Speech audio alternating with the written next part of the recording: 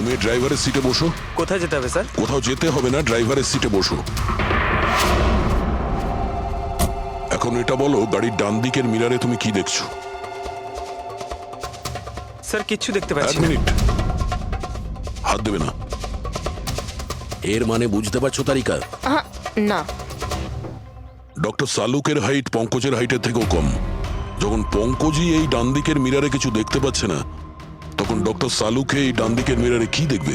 মানে গাড়িটা স্যার নয়, অন্য কেউ চালাচ্ছিল। এক্স্যাক্টলি, এমন একটা লোক যে ডক্টর সালুকের থেকে লম্বা। ও সিটে বসার পর এই রাইট ভিউ মিরারটাকে নিজের মতো করে অ্যাডজাস্ট করে নিয়েছিল। কিন্তু স্যার, সেই ব্যক্তি তাহলে সালঙ্কি স্যারের গাড়ি এখানে কেন রাখলো? সে কি তাহলে আশেপাশেই থাকে? হতে পারে। আর যদি ডক্টর সালুকে তুলে নিয়ে যায়, তাহলে হতে পারে আমাদের বোকা বানানোর জন্য গাড়িটাকে এত দূরে নিয়ে এসছে। মানে তুমি বলতে চাইছো স্যারকে কেউ কিডন্যাপ করেছে? বলতে পারবো না তারিকা। হতে পারে উনি এমন কিছু করছিলেন যে উনি নিজের জীবনটাকেই ঝুঁকিপূর্ণ করে ফেলেছিলেন। এবার কে করেছে, কেন করেছে, ওটা তো এই গাড়ির থেকেই জানতে পারবো। এই গাড়িটা ঠিক করে তল্লাশি নাও।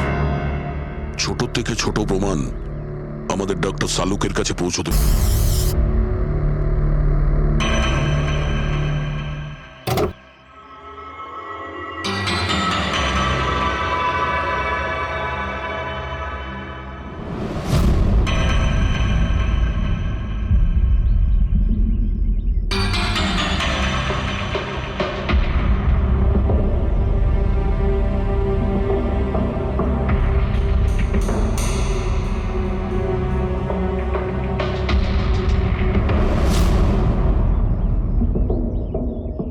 হ্যাঁ তারিকা, কিছু পেলে? আঙ্গুলের ছাপ তো পাইনি, কিন্তু টায়ার আর সিটের নিচে বালির কিছু কণা পাওয়া গেছে। বালির কোনা? সেই বালি যেগুলো সমুদ্রের পাড়ে পাওয়া যায়। তার মানে হতে পারে যে লোকটা গাড়ি চালাচ্ছিল হয় ও, না হলে ডক্টর সালুকে কোনো বিচে গেছিল। হ্যাঁ স্যার বলছিলেন কমলের বডির থেকে দুটো আলাদা রকমের বালি পাওয়া গেছে। কমলবাবুর বডিতে দুটো আলাদা আলাদা বালির কণা। আর হতে পারে এই বালির কণা খোঁজার জন্যই ডক্টর সালুকে কোনো বিচে গেছিলেন রাতে। কিন্তু কোন বিচে গেছেন উনি?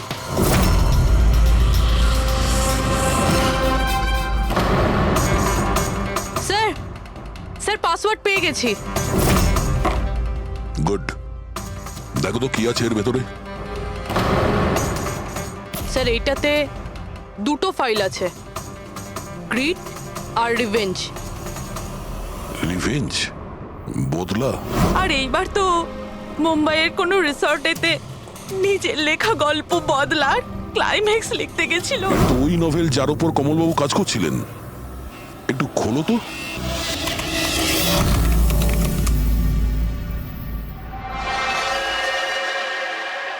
স্যার এখানে এখানে ক্লাইম্যাক্সের পেজ তো খালি রয়েছে। ক্লাইম্যাক্সের পেজ খালি? কমলবাবুর স্ত্রী বলছিলেন যে উনি এরই ক্লাইম্যাক্স লেখার জন্য ছুটিতে গেছিলেন। তাহলে উনি কিছু লেখেননি কেন?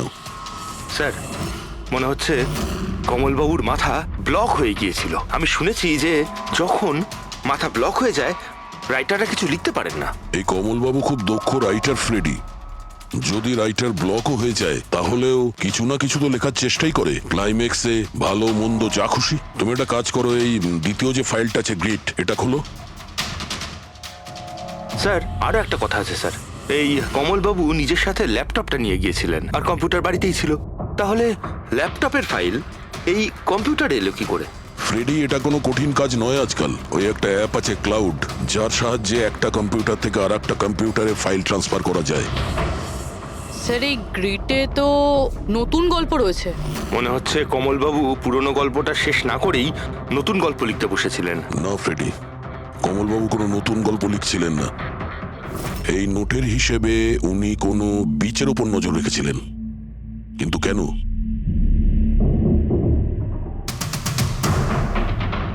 স্যার এই কেন শব্দের কারণ হয়তো এই গল্পের মধ্যে আছে। যখন তুমি বালিতে হাঁটছো, তখন শুধু বালিতেই হাঁটছো না, বরং তুমি হাঁটছো 1000 কোটি টাকার সম্পত্তির ওপর, যাকে পাওয়ার জন্য কিছু দুষ্ট পাপী নিরপরাধদের খুন করে। ও, বালি।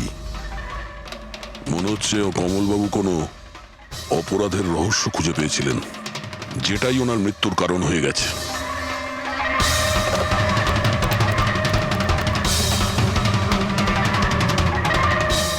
স্যার, কমলবাবুর ফাইল থেকে কিছু জানা গেছে।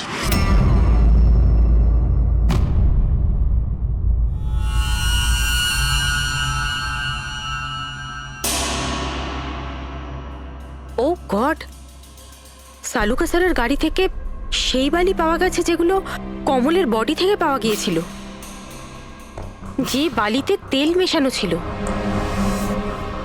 স্যার কি এটা জেনে গিয়েছিল যে তেল মেশানো বালি কোন বিচের ছিল? হয়তো উনি কাল রাতে ওখানেই গিয়েছিলেন ওই বালিটা খুঁজতে। আই এম শিওর যাওয়ার আগে উনি কোনো না কোনো রিসার্চ করেছিলেন এখানে। হিস্ট্রি চেক করে দেখি। এই উইন্ডোটা খোলা।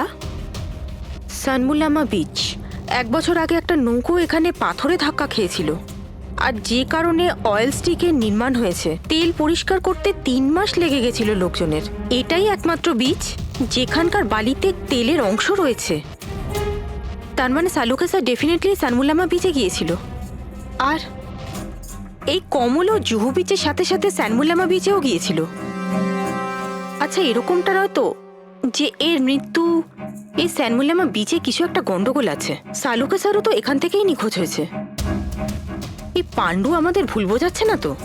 মৃত্যুর সময় নিয়ে 9:30 11:30।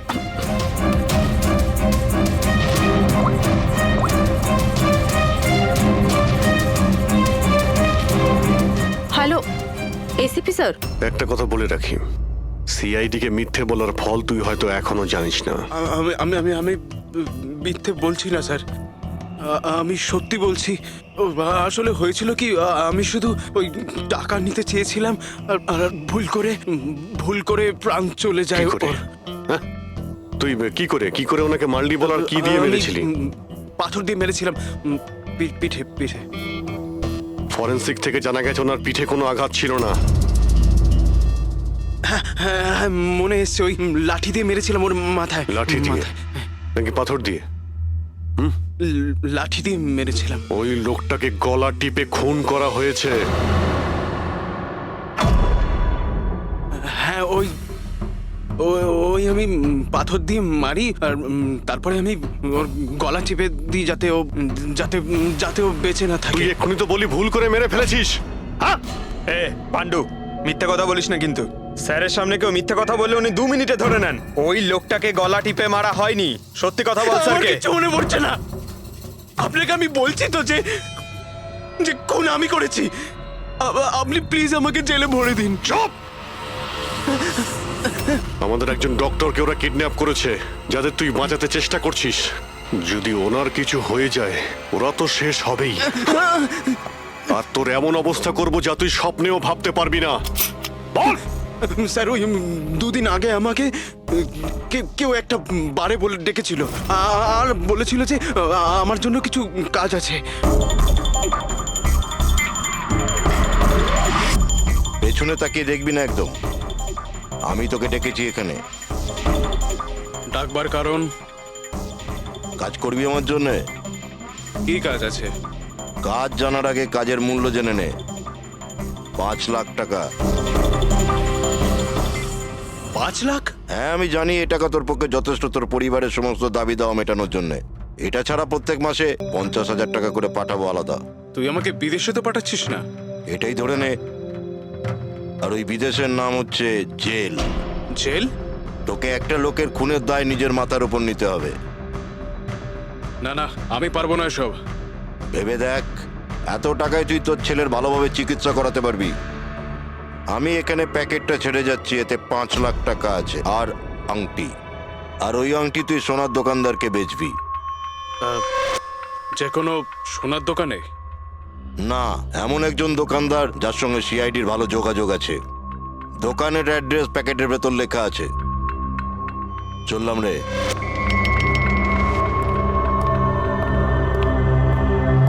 এত বড় ষড়যন্ত্র আমাদের বিরুদ্ধে কি করে হতে পারে স্যার? আমাদের ভুল পথে চালিত করছে খুনি। কিন্তু স্যার, কেউ এরকম করবে কেন? এই খুনি আমাদের থেকে লুকোতে কি চাইছে? যা কিছুই হচ্ছে স্যার বালির সঙ্গে সম্পর্ক আছে। কমলবাবু নিজের কম্পিউটারে কিছু বালির কথাও বলেছেন। আর ডক্টর সালুখে সারিকাকে বলেছিলেন যে কমলবাবুর বডি থেকে উনি 2 রকমের বালি খুঁজে পেয়েছেন। যেটাই হোক না কেন, ওই কমলের মৃত্যু আর শালুকের উধাও হয়ে যাওয়া, এই সমস্ত কিছুর পিছনে ওই বালিই জড়িয়ে আছে। বালি। সাধারণ বালি কারণ মৃত্যুর কারণ কি করে হতে পারে স্যার? ওই বালিটা কিন্তু সাধারণ নয়, কোটি টাকার প্রপার্টি ওটা, কোটি টাকার। তার মানে স্যার? মানে ইললিগাল স্যান্ড মাইনিং, বালি চুরি, যেগুলো কনস্ট্রাকশন কোম্পানির কাছে কোটি টাকায় বিক্রি হয়। তাহলে হতে পারে স্যার কমলবাবু এর ব্যাপারে কিছু জেনে গেছিলেন আর সেই কারণেই কেউ ওনার খুন করে দিয়েছে। স্যার এই কথাটা হয়তো সালুঙ্কে স্যার জেনে গেছিল, সেই জন্যই কি ওনার সাথেও এটা হতে পারে পুরবি, নিশ্চয়ই হতে পারে শালুকের সঙ্গে। আর যদি শালুকে বেঁচে থাকে তাহলে আমাদের প্রতিটি পদক্ষেপ গুনে গুনে চলতে হবে। ওই লোকগুলো যেন ঘুণাক্ষরেও না জানতে পারে যে আমরা কেন বিচে যাচ্ছি। কিন্তু স্যার, ডক্টর সালুখে কোন বিচে গেছিলেন সেটা জানবো কি করে? স্যান বুলামা বিচ, স্যান বুলামা। ওখানে বালির মধ্যে থেকে যে তেলের স্যাম্পল পাওয়া গিয়েছিল সেটা কমলের লাশের গায়েও ছিল। আর ওই বিচেই কমলবাবুকে খুন করা হয়েছিল। তারপর ওনার লাশ জুহু বিচে এনে ফেলে দেওয়া হয়। তাহলে অভিজিৎ, প্রস্তুতি নাও আরো একটা নতুন কেস সলভ করতে। স্যান বুলামা বিচ। Mind blowing. এইদিকে দেখো, এদিকে দেখো, হ্যাঁ এদিকটা তাকাও। Nice, very nice. Come on, look up, chin up, chin up, chin up. খুব ভালো হচ্ছে, খুব ভালো। না এবার চট করে চেঞ্জ করে এসো। Thank you. Lovely, lovely. Come on Samyukta, এবার তুমি চলে এসো। Come on, come on. Light এদিকে, লাইট এদিকে। Yeah, ready, ready Samyukta. Nice, very good, lovely, super. এদিকে তাকাও।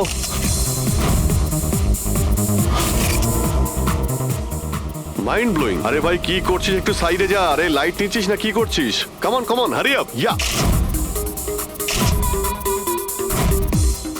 সুপার, সুপার, খুব ভালো হচ্ছে। এবার change, change, come on, change, change, change. Next চলুন, চলুন। লোকেশন। Come on everybody. আরে তাড়াতাড়ি লাইটগুলো সরান। স্যার, কি করছি আমরা এখানে? কোনো গন্ডগোল তো দেখতেই পাচ্ছি না। আরে ভাই পঙ্কজ, সারা পৃথিবীতে যত ক্রাইম হয় সব ক্রাইম রাতেই হয়। রাতের জন্য অপেক্ষা করো। স্যার, যদি রাতেই হয় তাহলে সকাল থেকে আমরা এখানে কি করছি? রাতেই আসতে পারতাম। আরে ভাই পরিবেশটা তৈরি করতে হয়, ওদের যেন মনে না হয় যে আমরা কোনো নাটক করছি। Come on. Sir,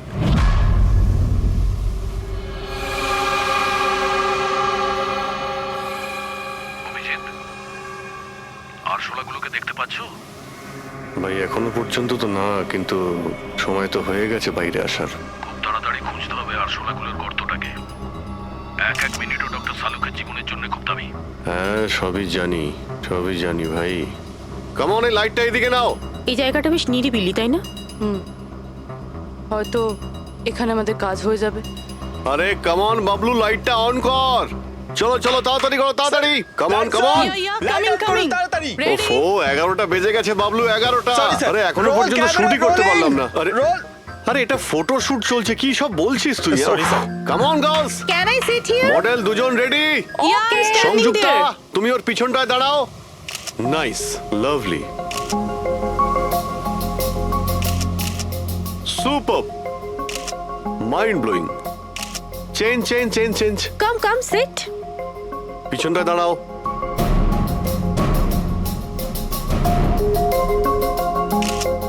mind blowing, great, very nice. once more this side. Bablu গিয়ে দেখো ওদের কি প্রয়োজন। প্লিজ কাম।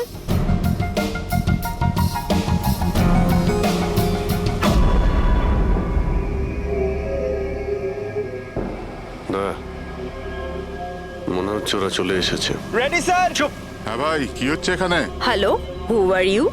আচ্ছা, ফুর্তি করা হচ্ছে এখানে। চলো বেরো এখান থেকে। লিসেন। দেখতে পাচ্ছিস না ফটো শুট হচ্ছে?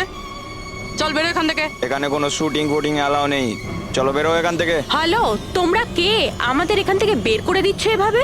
এই জায়গাটা কি তোমার বাবার? বাবাকে নিয়ে কোনো কথা বলবে না, নয়তো খুব খারাপ হবে। হোয়াট? কি করবে তোমরা? বলো, গার্লস, বলো। গার্লস, গার্লস, প্লিজ প্লিজ তোমরা প্লিজ প্লিজ সরে যাও ওদের প্লিজ এভাবে স্যার দেখুন না তোমরা শান্ত হও শান্ত হও আচ্ছা দাদা দাদা প্লিজ এক মিনিট কাম ডাউন কি কি প্রবলেম আপনাদের মিস্টার জন হোক বা টন এটা প্রাইভেট বিচ বুঝলে তুমি নিজের ইউনিটকে গোটাও আর এখান থেকে বেরো আরে এই ওহো এই এক মিনিট চুপ করো তোমরা শান্ত হও এটা প্রাইভেট বিচ আমি বুঝতে পেরেছি এটা প্রাইভেট বিচ কিন্তু 2-4টে ছবি তুলবো তারপরে চলে যাব কেন পেটে লাথি মারছেন দাদা ভাই বললো না একবার চল বেরো এখান থেকে নাকি হাত পা ভেঙে দেবো এক্ষুনি। আরে না না আমাদের হাত পা আপনারা কেন ভাঙতে যাবেন no violence No, we can't চলো do এখান থেকে চলো this. চলো চলো চলো চলো আলতু তাড়াতাড়ি লড়াই এখান থেকে চলো বাবলু তাড়াতাড়ি এখান থেকে শিফট করো তোমরা শান্ত হও ব্যাকআপ নয় shift only shift shifting shifting চুপ করো তোমরা শান্ত হও শিফটিং কি ভাই কিরম লাগলো? রাগ করবে না এভাবে একদম রাগ কাজ করবে না করা যায় মাথা না, ঠান্ডা জন। করো এটা এক্ষুনি চলে যাবো অসম্ভব, এখান থেকে চলো hopeless. শিফট শিফট Seriously, চলো sir. তাড়াতাড়ি Yup. আমরা এখান থেকে যাচ্ছি কেন স্যার? মনে হচ্ছে এই লোকগুলোই।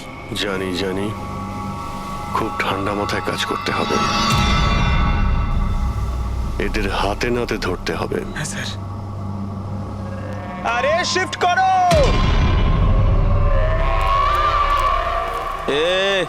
তাড়াতাড়ি কাজ কর, খাবার টাবার কাজ নেই নাকি? তাড়াতাড়ি কর, বস আসবে কোনি, তাড়াতাড়ি কর। আরে বাহ বাহ বাহ বাহ বাহ বাহ বাহ খুব ভালো একটা লোকেশন এখানে ফটোশুট করতে কোনো অসুবিধা নেই তো আরে কয়েকটা তুই- আপনারও তুলে দেবো বললাম না তোকে এখানে কোনো তোর শুটিং চলবে না। এ টন চল এই সব এক লাইনে দাঁড়া। কে তোমরা বলো? সিআইডি কি অনেক হয়েছে বালি চুরি ডক্টর সালুকে কোথায়? এবার এর কি করব? কিচ্ছু না, বস বলেছে একে যেন এখন হাত না দেওয়া হয়। হাত লাগাবো না মানে? সিআইডি এখানে এসে গেছে, যদি আমরা একে বাঁচিয়ে রাখি তাহলে আমরা সবাই ফাঁসবো, বুঝলি? ঠিকই বলছিস তুই, লাশটাকে বস্তায় পুরে সমুদ্রে ফেলে দি। ওকে বস।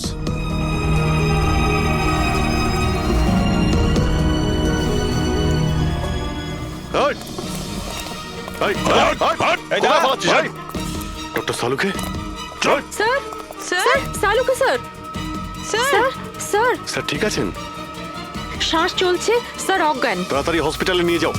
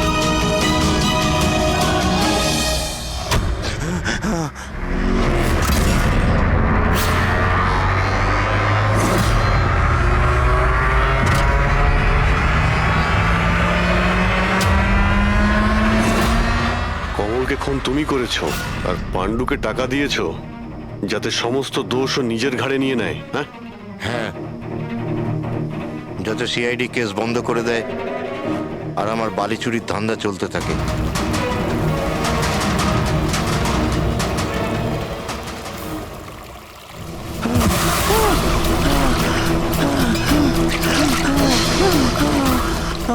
আমাকে মেরো না, মেরো না আমাকে।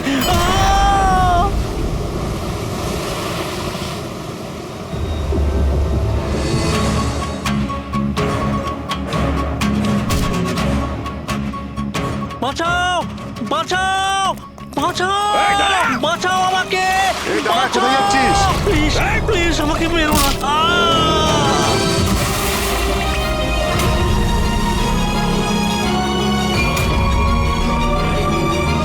আর ওই বিদেশের নাম হচ্ছে জেল, ডক্টর সালুকে তুমি প্রাণে মারার চেষ্টা করেছিলে, হ্যাঁ? কারণ উনি আমার সমস্ত কিছু জেনে ফেলেছিলেন আর আমার সামনে যেই আসবে আমি তাকেই শেষ করে দেবো। তোমার মতো অনেক এলো আর অনেক চলে গেল সিআইডি কে শেষ করার জন্য, বুঝেছো? এবার তুই জেলের ভিতরে বসে তোর এই কালো ব্যবসার হিসেব নিকেশ করিস। চল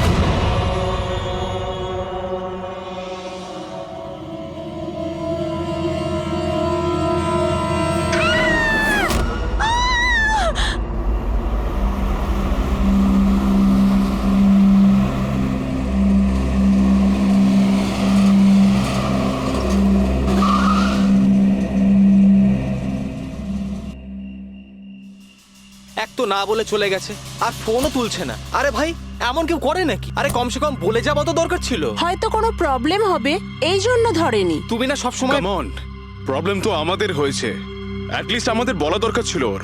আর না তো কি, একদম বাচ্চাদের মতো ব্যবহার, কারো চিন্তাই করে না। সি গাইস লিসেন, প্রথমে ঘরের ভেতর ঢুকে দেখি, এটাও তো হতে পারে যে ঘরের ভেতর রয়েছে। চলো চলো।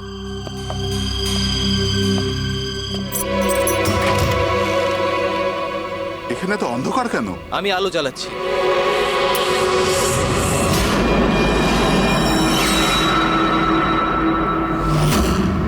এসব কি? সারিকা, আমার আগে থেকেই মনে হচ্ছিল যে ওই মেয়েটার প্রাণের সংশয় আছে। এই কথাটা আমার হালকাভাবে নেওয়া উচিত হয়নি, ওদের ভরসা করাই উচিত হয়নি। তুমি এত কেন ভয় পাচ্ছ? হয়তো মেয়েটা ঠিকই আছে। তুমি জানো না অভিজিৎ, এই মেয়েটার এমন একটা রোগ আছে যার কারণে যে কোনো সময় ওর জীবন যেতে পারে। কেউ যা খুশি করতে পারে ওর সঙ্গে, কিন্তু ও জানতেই পারবে না। জানতে পারবে না? স্যার, ওকে ঘুমাতে আছে? না, কমায় না, একটা অদ্ভুত রোগ।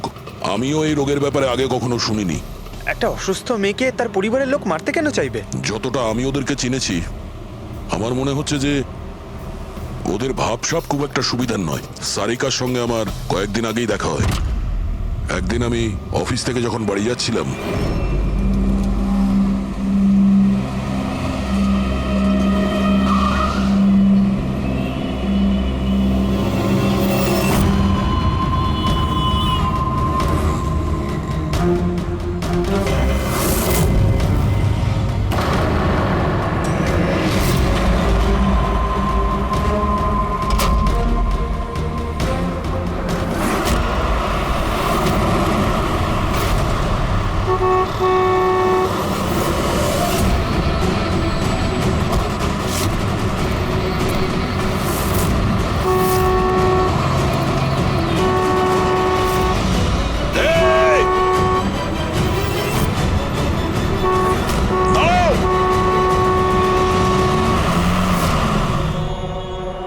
কি করছিলে তুমি?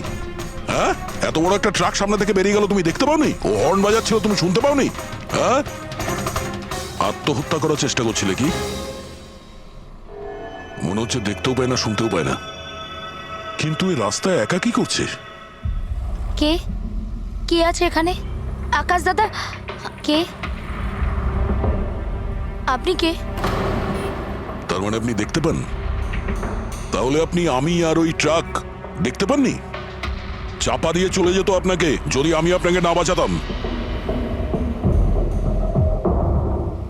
সরি, আমি সত্যি দেখতে পাইনি। সারিকা, সারিকা তুমি ঠিক আছো তো?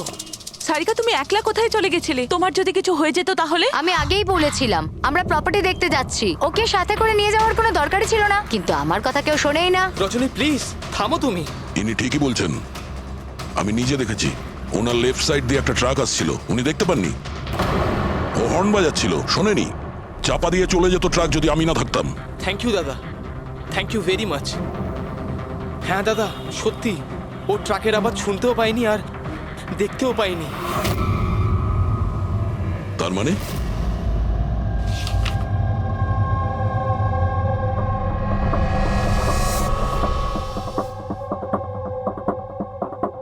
এইসব আপনি, মানে আপনার শুধু জিনিস আর সবার এই ডান দিকটা নজরে আসে না, শুধু বাঁ দিকটা নজরে আসে?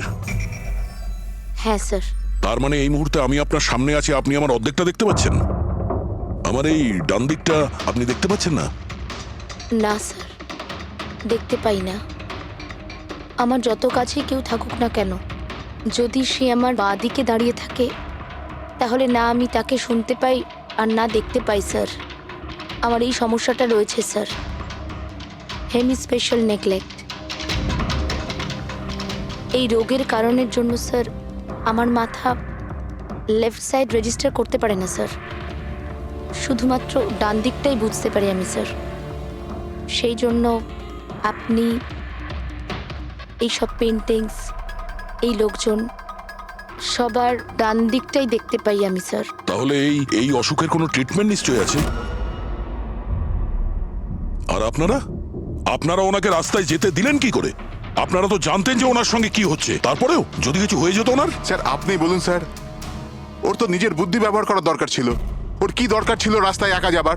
আর এ কোনো ছোট বাচ্চা নাকি যে 24 ঘন্টা ওকে নজরে রাখতে হবে?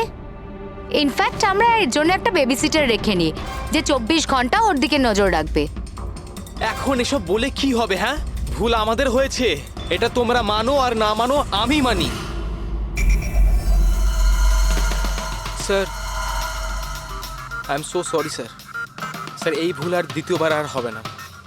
সারিকা আমার ছোট বোন, আর এর খেয়াল রাখার আমার দায়িত্ব স্যার। কারেক্ট। এরপর থেকে এরকম কোনোদিন হবে না। আর তাছাড়া এখন তোমার ওষুধ খাওয়ার সময় হয়েছে না, চল ওষুধ খাবে।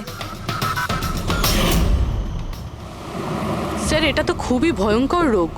যদি কেউ ওর লেফট সাইডে সোজাসুজি অ্যাটাক করে তাও ও বুঝতে পারবে না। এক্স্যাক্টলি, এই ব্যাপারটাতেই আমার ভয়। এক তো এই অসুখ, তার উপরে কোটি টাকার সম্পত্তির একলা ওয়ারিশও। সারিকার মা বাবা একটা অ্যাক্সিডেন্টে মারা গেছে, সারিকা বেঁচে গেছে, কিন্তু ওর এই হেমি স্পেশাল নেকলেট অসুখ হয়ে গেছে। ওর আশেপাশেও দেখভাল করার জন্য তো অনেক লোক আছে, কিন্তু তার মধ্যে জানি না কতজন আছে যারা সৎভাবে ওর ওর ভালো চায়। এরকম কেন মনে হচ্ছে তোমার? অভিজিৎ, ওই উইল অনুযায়ী সারিকার পরে পুরো সম্পত্তি এই আত্মীয়দেরই পাওয়ার কথা। আর আমার প্রথম থেকেই এদেরকে খুব একটা ভালো লাগছে না। আর এই কিছুদিন আগে আমি ওর বার্থডে পার্টিতে গেছিলাম। চলো সারিকা, এবার কেকটা কাটো। দাদা, আর 2 মিনিট ওয়েট করে যাই। দয়া স্যার হয়তো চলে আসবেন, আমি ওনাকেও ইনভাইট করেছি। অন্তত আমাদেরও বলতে পারতে। আরে কে কি বললো না ভাই? Oh I am so sorry, আসতে একটু দেরি হয়ে গেল। Many many happy returns of the day, happy birthday. I will take it, দাও। আপনি আপনাকে ঠিক চিনতে পারলাম না। আমি বলছি, এ হলো কৃতি। সারিকার মতো পেশেন্টদেরকে হ্যান্ডেল করার জন্য ইনি ট্রেনিং নিয়েছেন, আর আমি ইনাকে 24 ঘন্টা সারিকার সাথে থাকার জন্য অ্যাপয়েন্ট করেছি। আশা করি আপনি সারিকাকে নিয়ে আর চিন্তিত হবেন না। একদম। আর আমাদেরও মনে হয় যে কৃতি থাকলে সারিকা সেফ থাকবে। অ্যাবসলিউটলি। আমারই ভুল হয়েছে, শুধু আমার ভুল। আমার সারিকাকে ওদের ভরসায় ছাড়া উচিত হয়নি আমার। মেরে দিয়েছে হয়তো ওরা ওকে। বাড়ি এসে গেছে।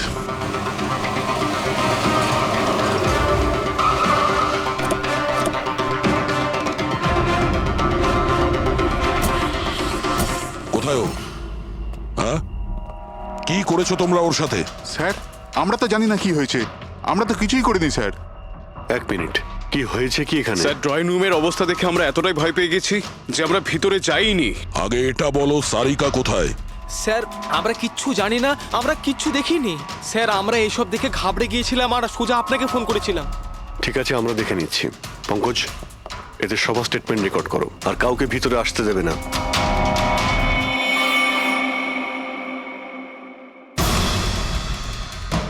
সারিকা, সারিকা, কেউ আছেন এখানে? তো মনে হচ্ছে অনেক কিছুই হয়েছে। এত রক্ত তো কোনো একজনের হতেই পারে না।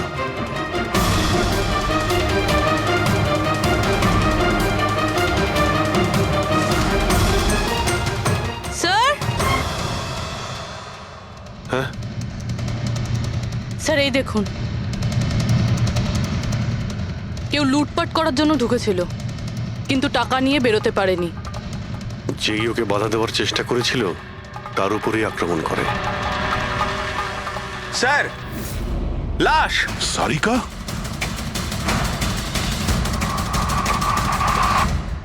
ও নো। মানালি তো এরপর থেকে এরকম কোনোদিন হবে না। আর তাছাড়া এখন তোমার ওষুধ খাওয়ার সময় হয়েছে না। সারিকার ছোট বৌদি, জয়ন্ত স্ত্রী। তাহলে ও কোথায় আছে?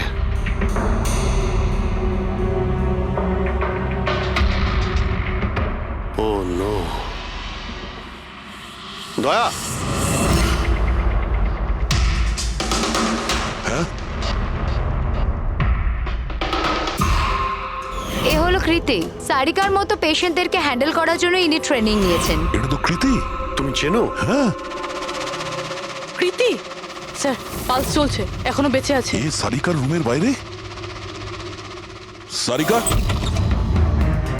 সারিকা, ফ্রেডি, এক্ষুনি অ্যাম্বুলেন্সের ব্যবস্থা করো, একে হসপিটালে পাঠাতে হবে। সারিকা, সারিকা,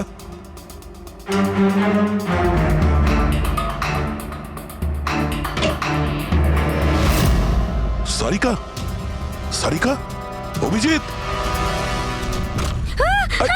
না না না না না, কিছু নেই, কিছু নেই। Relax, আমরা relax. সিআইডি থেকে এসো, রিল্যাক্স বাইরে রিল্যাক্স এসো, বাইরে এসো, বাইরে এসো। রবি, এসো। সামনে। তুমি ঠিক আছো তো? বসো, এখানে বসো।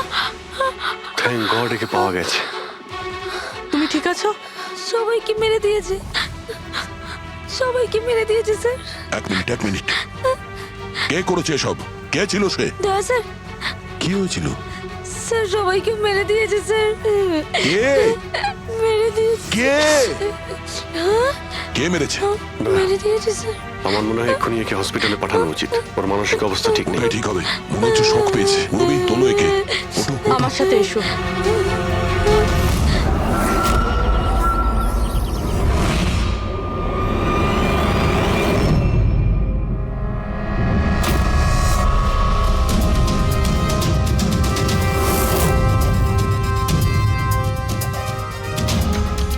স্যার, আপনি আমাকে ঘরে কেন যেতে দিচ্ছেন না? আমার বউ খুন হয়েছে। স্যার প্লিজ, স্যার প্লিজ, আমি একবার দেখতে চাই, শুধু একবার। মিস্টার জয়ন্ত, আপনার স্ত্রীর খুন হওয়ার জন্য আমরা খুব দুঃখিত, কিন্তু আমরা আপনাদেরকে ভেতরে যেতে দিতে পারি না। 3 জনের উপর হামলা হয়েছে, একজন মারা গেছে, একজন আহত, আর একজন শক পেয়েছে। আর আপনারা বলছেন যে আপনারা কিছুই জানেন না। হ্যাঁ, সত্যি আমরা কিচ্ছু জানি না স্যার। ইনফ্যাক্ট আমরা এখানে কেউ ছিলামই না স্যার। আমরা সবাই নিউ বোম্বেতে ছিলাম একটা পার্টিতে। কোন পার্টি? স্যার একটা ফ্রেন্ডের রিসেপশনের পার্টি। তো আপনারা সবাই ওখানে গিয়েছিলেন তো? মানালি। ও বাড়িতে কেন ছিল? স্যার মানালি আমাদের সঙ্গে গিয়েছিল। বাড়িতে শুধু সারিকা আর কৃতি ছিল, কারণ স্যার সারিকার শরীর খারাপ ছিল। কিন্তু স্যার এই পার্টি থেকে হঠাৎ মানালি কি করে হারিয়ে গেল আমরা কিচ্ছু জানি না স্যার। স্যার, হ্যাঁ পূরবী, স্যার এই দেখুন, এর নখে এবং এর বডিতে অনেক গুঁড়ো চুল পাওয়া গেছে। স্যার, এই কাঁচের টুকরোগুলো দেখুন, বেশ মোটা, মনে হচ্ছে কারো চশমার কাজ।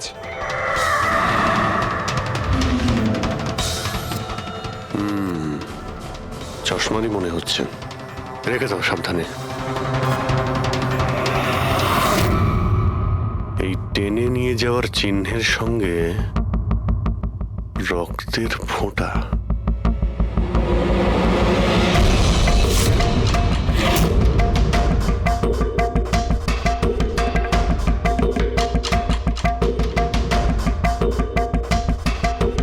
এখানে এতটা রক্ত, মানে এখানে এসে দাঁড়ায় আর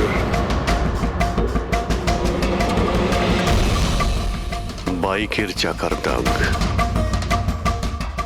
কেউ আহত অবস্থায় এখানে আসে আর বাইকে উঠে এখান থেকে বেরিয়ে যায়। আচ্ছা একটা কথা বলুন তো, আপনাদের মধ্যে বাইক কার কাছে আছে? বাইক? না স্যার বাইক তো কারুর কাছে নেই, আমাদের সবার কাছে নিজের পার্সোনাল গাড়ি আছে স্যার।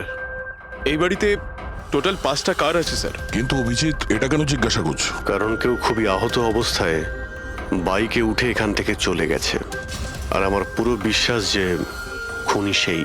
আই থিঙ্ক এর জবাব সারিকাই দিতে পারবে। ওর জ্ঞানটা একবার ফিরে আসুক।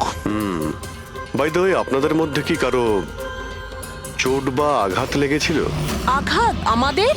স্যার আপনার কথার মানে কি? আমাদের কেন চোট লাগবে? আপনারা আমাদেরকে সন্দেহ করছেন? যতক্ষণ এই কেসটা সলভ না হবে আমরা সবার উপরেই সন্দেহ করব। আর আপনারা যদি আমাদের সঙ্গে সহযোগিতা না করেন তাহলে আমাদের সন্দেহ আরো বেড়ে যাবে। হ্যাঁ, তাই প্লিজ কোঅপারেট।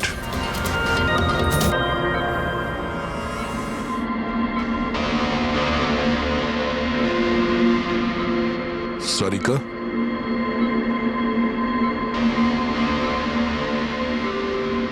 আচ্ছা তুমি কি ঠিক আছো? অভিজিৎ, সারিকা, দয়া স্যার। তুমি ঠিক আছো? স্যার মানালি বৌদি আর কৃতি স্যার। কৃতি ঠিক আছে, কিন্তু মানালি মারা গেছে। সামলে কৃতি।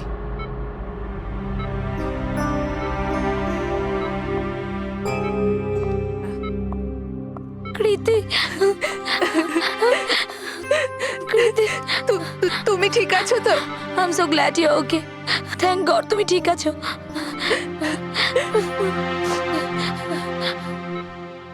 আচ্ছা, কাল এক্স্যাক্টলি কি হয়েছিল তুমি বলতে পারবে?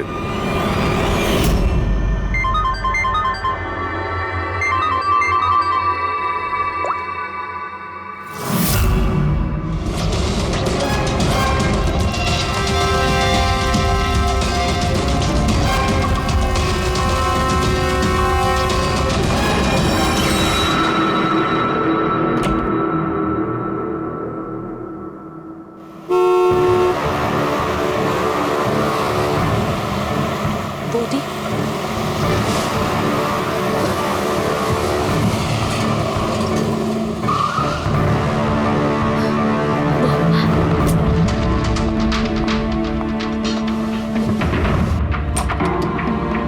সারিকা,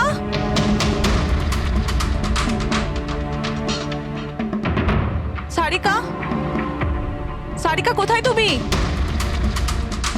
বৌদি, সারিকা, সারিকা,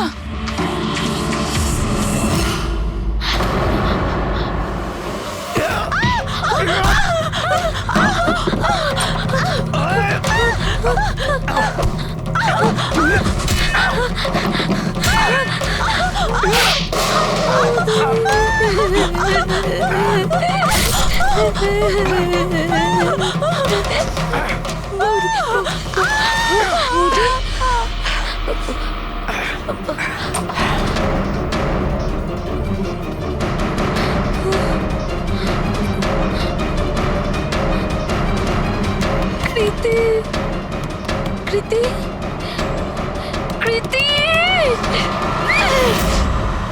তো তুমি ওনার দরজাতে ধাক্কা দিয়েছিলে।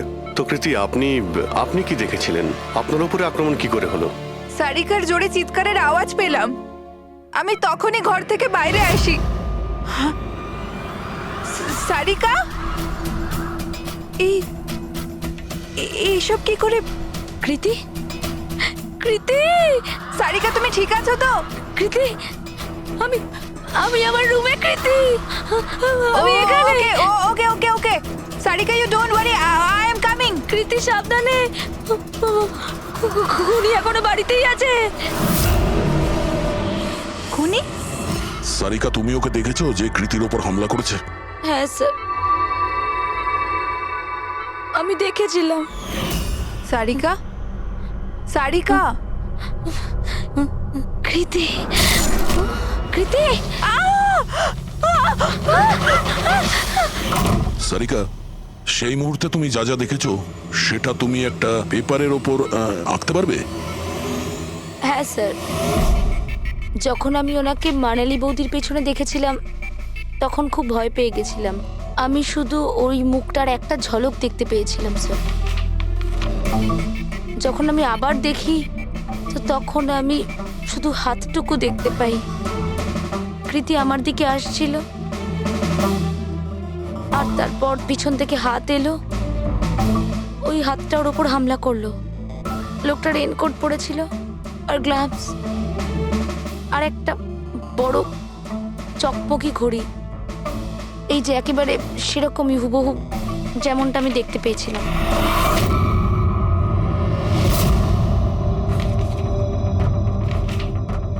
আই হোপ এই অর্ধেক ছবিগুলো দিয়ে আপনারা কিছু উপকার পেয়ে যাবেন হয়তো। চিন্তা করো না, এই অসম্পূর্ণ ছবিটা আমরা কমপ্লিট করব। ফেডরিক, মনোহরের কাছে এই পেন্টিং গুলো নিয়ে যাও আর বলো যে এই স্কেচ যেন কমপ্লিট করে। Sarika, thank you so much. আপনি যেতে পারেন, টায়ার্ড হয়ে গেছেন হয়তো। চলো সারিকা।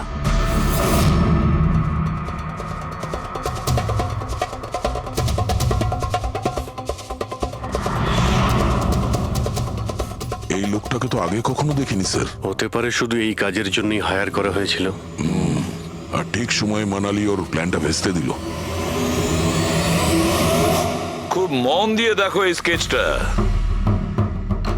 এটা সেই লোকটার ছবি যে মানালিকে খুন করেছিল। আপনারা কি একে কোনোদিন দেখেছেন? আমি তো বুঝতেই পারছি না আমাদের কেন সন্দেহ করা হচ্ছে। এক্স্যাক্টলি, আমরা সবাই সারিকার আপনজন, আর আজ আমরা বিজনেসের সব কাজ ছেড়ে এখানে এসেছি শুধুমাত্র সারিকার জন্য। আর আপনাদের মনে হচ্ছে আমরা ওকে মারতে চাইছি? স্যার যে মারা গেছে ও আমার বউ স্যার, আর সারিকা আমার বোনের মতো। স্যার আমি যখন খুব ছোট ছিলাম আমার বাবা মা মারা গিয়েছিল। সারিকার বাবা মাই আমাকে আদর যত্ন করে বড় করে তুলেছে। আমি আজ যা কিছু হয়েছি ওনাদের দুজনের জন্যই হয়েছি। আর স্যার আমি সারিকাকে আমার নিজের প্রাণের চেয়েও বেশি ভালোবাসি। এক্স্যাক্টলি, এক তো আমরা ওর জন্য নার্স রাখলাম, আর আপনারা সবাই আমাদেরকেই সন্দেহ করছেন। হ্যাঁ, সন্দেহ করছি তোমাদের সবাইকে। আমি নিজের চোখে দেখেছি কতটা ভালোবাসো তোমরা ওকে। আপনারা সবাই ভালোভাবেই জানেন যদি ওই বেচারির কিছু হয় তাহলে ওর কয়েকশো কোটি টাকার সম্পত্তির তোমাদের সবার মধ্যে ভাগ হবে।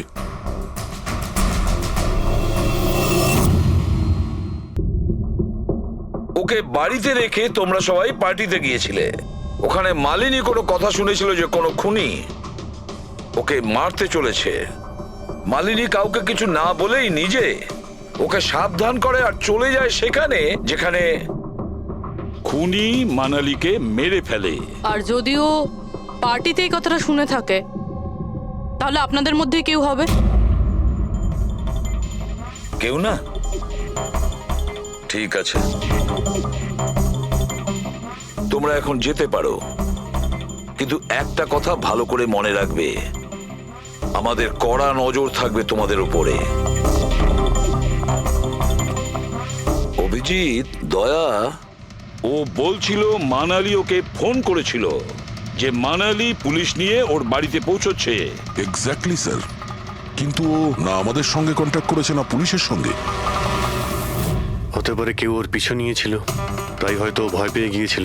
একটা কাজ করি আমরা, পঙ্কজ পুরবী, ওই পার্টিতে যে কয়জন লোক এসেছিল ওদের প্রত্যেকের নাম আর ফোন নাম্বার বের করো, আর খোঁজ নাও ওই রাতে মানালির বাড়ির আশেপাশে ওদের মধ্যে কার ফোন অ্যাক্টিভ ছিল।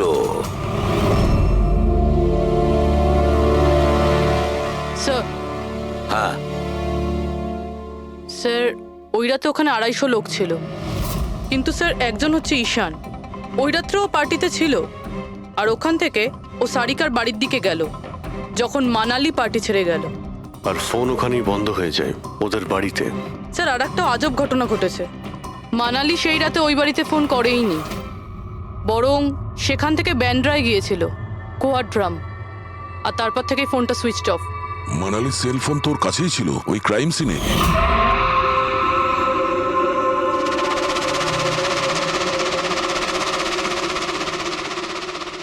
Switch off? আচ্ছা, এমনটা নয় তো যে ওই ফোনটা আসলে ঈশানের ফোন, ভুল করে ওখানে পড়ে গিয়েছিল? মানে ঈশান সেই রাতে সারিকা ভিলা এসেছিল। ডাকো ওই ঈশানকে বিউরোতে। স্যার আমি করেছিটা কি? আমাকে এখানে কেন ডাকা হয়েছে? ঈশান, একটু আপনার চশমাটা খুলবেন? চশমা? স্যার এটা তো উইদাউট নাম্বারের চশমা, এটা তো আমি রেগুলার পড়ি না। ডক্টর সালুকের কাছে নিয়ে যাও এটা। স্যার আমাকে এটা তো বলুন আমি করেছিটা কি? আমরা আপনাকে এখানে মানালি মার্ডার কেসের ব্যাপারে ডেকেছি। ক্রাইম সিনে আমরা চশমার ভাঙা কাঁচ পেয়েছি। আপনার চশমাটাকে ওই কাচের সঙ্গে ম্যাচ করিয়ে দেখব। কিন্তু স্যার আমি তো ওই জায়গায় যাইনি। যদি তুমি নাই গিয়ে থাকো তাহলে তোমার ফোন ওখানে ওই ভিলাতে কি করছিল? আর মানালির ফোন তোমার বাড়িতে মান্দ্রাতে কিভাবে পৌঁছলো? ওই স্যার পার্টিতে আমাদের ফোন এক্সচেঞ্জ হয়ে গেছিল, কারণ আমাদের ফোন দুটো এক। কি হলো মানালি ম্যাডাম, আপনাকে চিন্তিত মনে হচ্ছে? চিন্তিত আমি? না তো, আসলে আমি ওই জয়ন্ত আর আকাশকে খুঁজছিলাম। আপনি ওদের কোথাও দেখেছেন? হ্যাঁ, ওরা দুজন ভেতরেই হবে। আসলে কি হয়েছে, এত চেঁচামেচি আর এই ডিস্কোতে আমি কিছু বুঝেই উঠতে পারছি না। আপনি প্লিজ আমাকে একটু হেল্প করে দেবেন ওদের খুঁজে পেতে? আমি ওদের ভেতর থেকে আপনার কাছে পাঠাচ্ছি।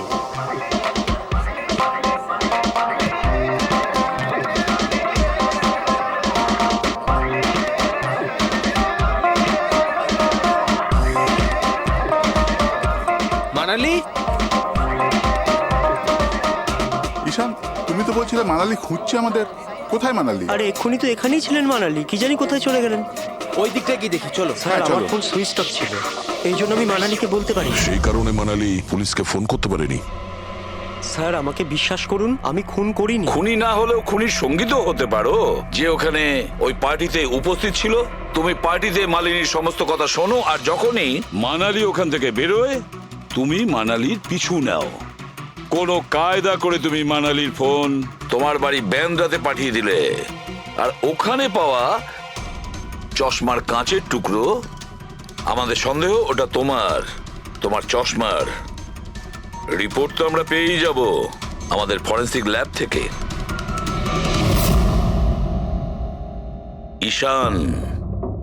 ঈশান শুধু ঈশানের কাছে কোনো কারণ নেই, কিন্তু সবার কাছেই কোনো না কোনো কারণ আছে সারিকাকে মারার জন্য। দিয়া আর অভয়, এদের দুজনের তো টাকার খুব প্রয়োজন ছিল, হতে পারে এরা দুজন করেছে। আর এদের প্রত্যেকের কাছে একটাই অজুহাত আছে যে ওরা রিসেপশনের পার্টিতে ছিল। স্যার এরা সবাই ওই রিসেপশন পার্টিতে প্রেজেন্ট ছিল, কিন্তু কোনো একজন খুনিকে ফোন করে সারিকা ভিলায় যেতে বলেছিল লেফট দিয়ে, যাতে সারিকা কিছু বুঝতে না পারে। তারপর সারিকাকে মারবে, কৃতিকে মারবে, আর সবাই ভাববে দেখে যেন মনে হয় চুরি করার উদ্দেশ্যে খুনটা হয়েছে।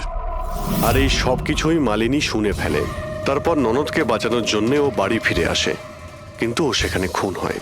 কিন্তু মারা যাওয়ার আগে ও খুনিকে আহত করেছিল।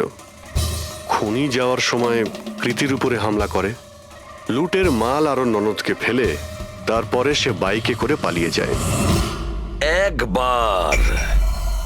শুধু একবার এই খুনির ব্যাপারে কিছু যদি জানতে পারি না, কিছু, তাহলে ধরে নাও মাস্টার মাইন্ড আমাদের হাতে। স্যার খুনির বাইকের টায়ারের চিহ্ন, আশেপাশে পড়ে থাকা রক্তের ফোঁটা সব চেক করেছি, কিন্তু কিচ্ছু জানতে পারিনি। স্যার মনে হয় যে খুনির কোনো পাস্ট রেকর্ড নেই।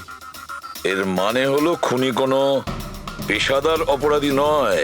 স্যার মানালির জামা কাপড় থেকে আর নখ থেকে যে চুলগুলো পাওয়া গেছে, সালুঙ্কে স্যার সেটা টেস্ট করছে, হয়তো কিছু পাওয়া যাবে।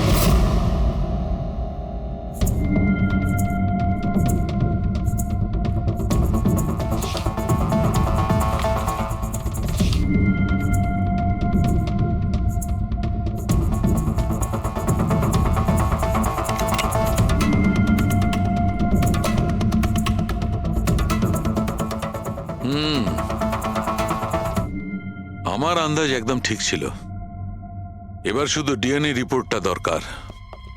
হ্যাঁ সালুকে বস, হ্যাঁ একটা কথা ঠিক যে ঈশান খুনি নয়, কারণ ক্রাইম স্পট থেকে এই যে চশমার লেন্সের ভাঙা টুকরো পাওয়া গেছে, এইগুলো ঈশানের চশমার সঙ্গে ম্যাচ করছে না।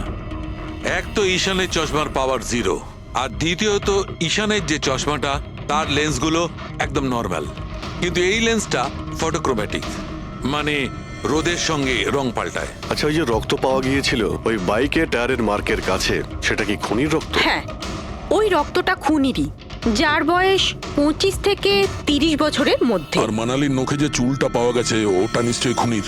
আসলে বস, হাতাহাতি করবার সময় চুল গোড়া থেকে উপড়ে আসে, অথচ এই যে চুলটা,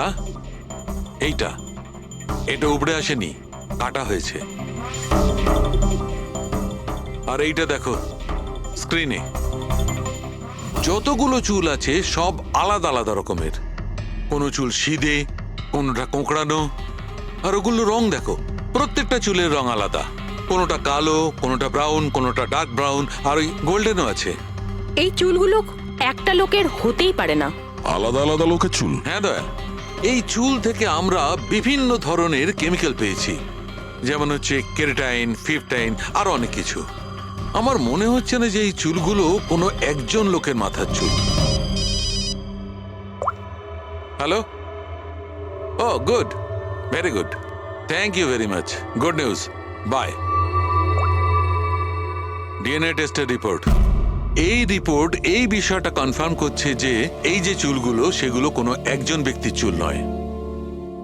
যে লোকটার ড্রেসের ওপর আলাদা আলাদা চুল আছে, আলাদা আলাদা লোকের কাটা চুল, সেই লোক কোনো বড় সেলুনে কাজ করে, হেয়ার স্টাইলিস্টের।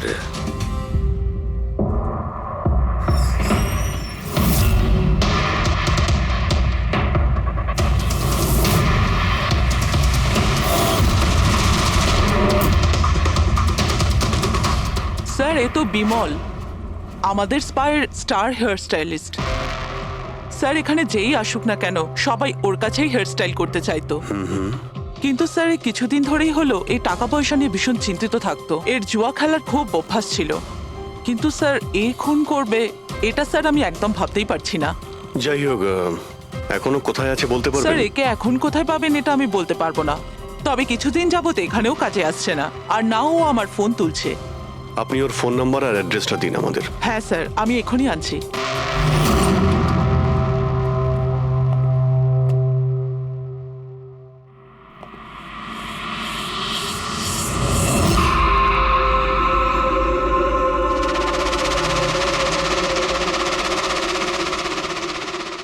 ও নো, এ তো গেছে।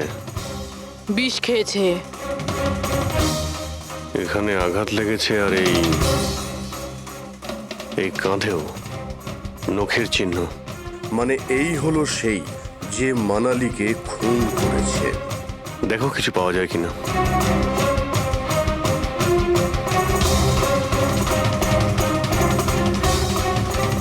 স্যার, হ্যাঁ, আমি বিমলের বাইকটা চেক করলাম স্যার। বাইকটার হ্যান্ডেলে শুকিয়ে যাওয়া রক্ত আর কাঁদালে আই অ্যাম শিওর স্যার এগুলো ওই বাড়িটার ব্যাকইয়ার্ড থেকেই লেগেছে।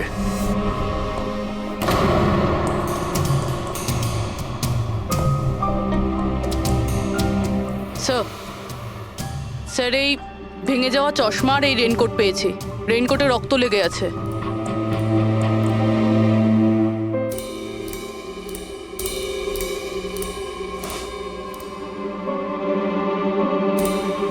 এই দেখতে পাচ্ছ, বাঁ হাতে ঘড়ি। হ্যাঁ, তাহলে স্যার যদি বিমল বাঁ হাতে ঘড়ি পরতো তাহলে ও কি করে বলল যে ডান হাতে ঘড়ি পরা ছিল? পার্টিতে মানালি কেউ সারিকাকে খুন করবে সেই আলোচনা শুনে ফেলে, আর তখন মানালি ঈশানের কাছে সাহায্য চায়। ওকে বলে যে জয়ন্ত আর আকাশকে ওখানে পাঠিয়ে দিতে। এর মানে আকাশ আর জয়ন্ত দুজনেই নির্দোষ। বাকি রইল এই তিনজন, রজনী, অভয় আর দিয়া। ওই খুনের মাস্টারমাইন্ড এই তিনজনের মধ্যেই কেউ হবে। আচ্ছা স্যার, ওই কলের অন্যদিকে কে ছিল? স্যার ওই বিমল হতে পারে। না স্যার, আমি বিমলের ফোন রেকর্ড চেক করেছি। ওই রাত্রে ওদের মধ্যে কেউই বিমলকে ফোন করেনি। তাহলে অপর প্রান্তে কে ছিল সেদিন?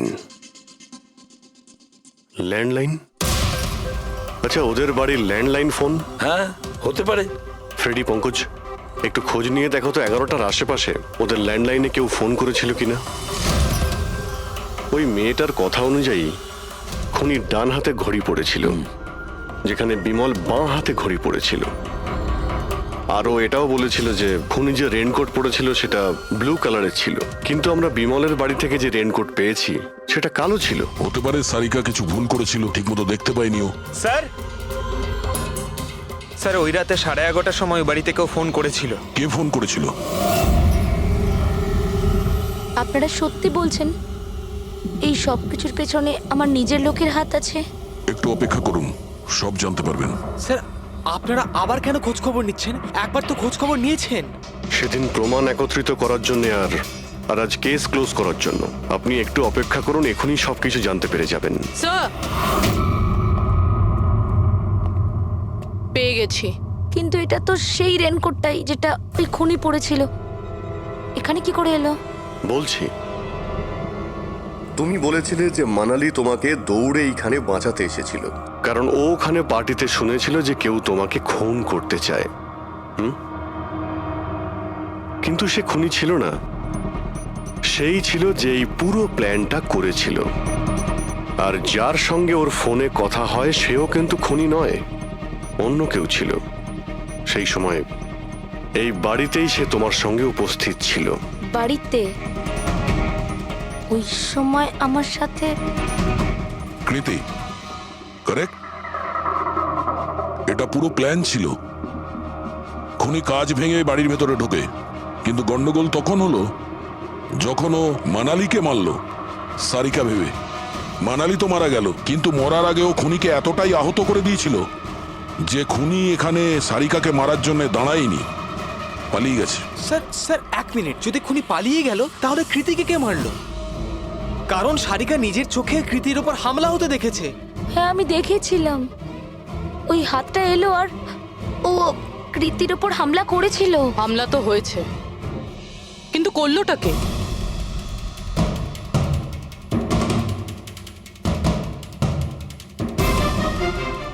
আপনারা সবাই আমাকে এভাবে কেন দেখছেন? এর উত্তর তো শুধু তুমিই দিতে পারবে কৃতি। ও রাত ঠিক 10:30টার সময় শুয়ে পড়েছিল, আর মানালি কাউকে ফোনে কথা বলতে শুনেছিল রাত 11:10 আর সেই ফোনটা এসেছিল এই বাড়ির ল্যান্ডলাইনে। কে রিসিভ করেছিল সেই কলটা? যদি আমরা এটা মেনেও নিই যে বিমল তোমার ওপর হামলা করেছে, তাহলে ও তোমাকে বাঁচিয়ে রাখলো কেন? ও মানালিকে এত নৃশংসভাবে মারলো, আর তোমাকে শুধু এই একটা আঘাত কেন? ও সারিকাকে কেন মারলো না? আর এই চুরি করা টাকা ছেড়ে পালালো কেন?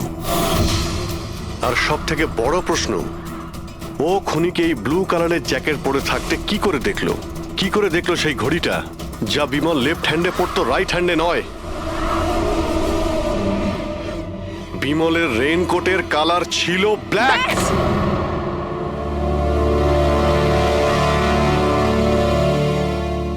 ঠিক চিনেছেন আপনারা।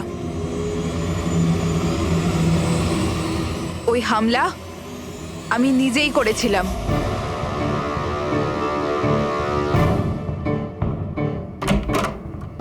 সারিকা, সারিকা কোথায় তুমি? মানালি এখানে এই সময়? Sarika,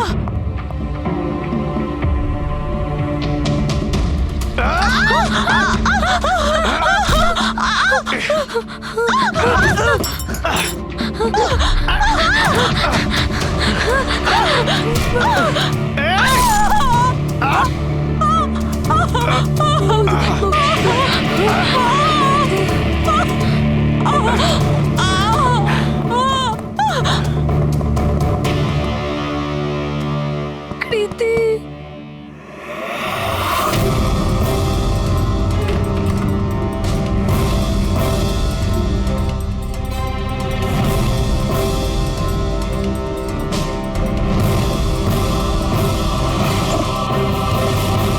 I am coming, Sarika, don't worry.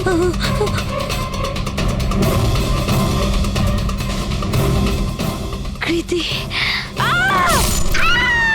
কারণ আমি চাইনি কেউ আমার উপর সন্দেহ করুক। আর তুমি যখন এত কিছু বলেই দিলে, তখন ওই মাস্টার মাইন্ডের নামটাও বলে দাও। হ্যাঁ, আর তুমি যদি বলো ওর নামটা আমি বলে দিই, যে মানালিকে মেরেছে আর সারিকাকে মারতে পারতো। কি রজনী দেবী, আপনি জানেন আমরা কার কথা বলছি? রজনী তুমি? হ্যালো, কিলার শার্প 11:30টায় পৌঁছে যাবে। সারিকার খেলা শেষ, যে কোনো মূল্যে করতেই হবে। ওই আমার বাকি টাকাটা? তুমি তোমার পয়সা পেয়ে যাবে। ওকে।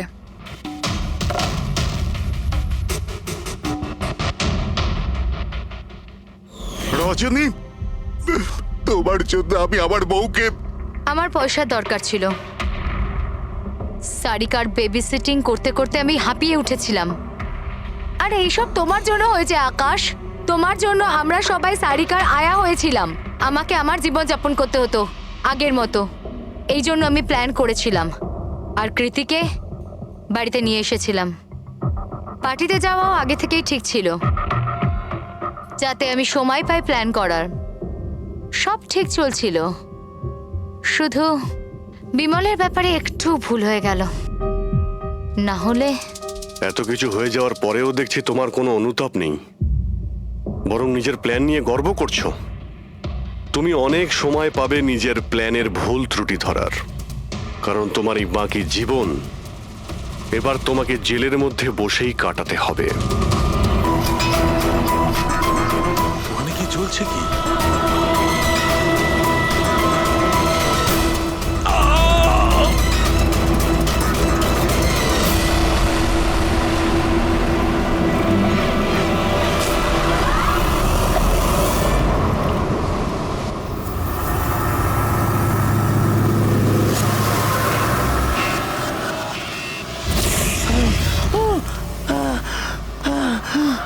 বাঁচাও বাঁচাও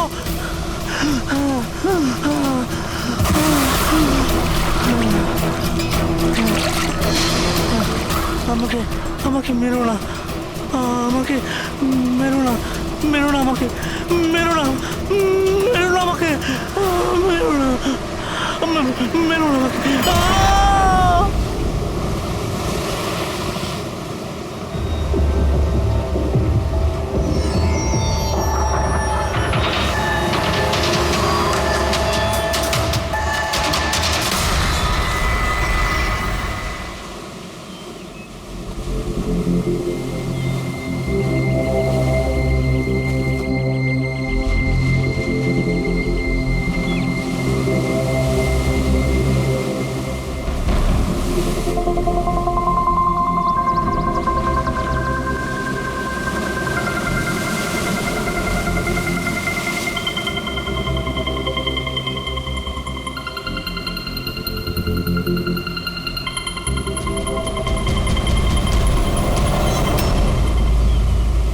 কি করছো তোমরা দুজনে? গুপ্তধন খুঁজছি আঙ্কেল। যদি গুপ্তধন এইভাবেই পাওয়া যেত তাহলে সমুদ্রের পাশে থাকা সমস্ত লোকেরা আজ অনেক বড় লোক হয়ে যেত। হ্যাঁ, রাজা হওয়ার জন্য রাজার মতো বুদ্ধিও তো থাকা দরকার না স্যার? এ দেখুন, কি এটা? এটা মেটাল ডিটেক্টর স্যার। এটা দিয়ে বালির মধ্যে থাকা সমস্ত ধাতু, সে সোনা রূপো তামা যাই হোক, আমাদের মেটাল ডিটেক্টর সেটা খুঁজে বার করে স্যার। আচ্ছা, আগে স্যার দেখাও। দেখুন স্যার,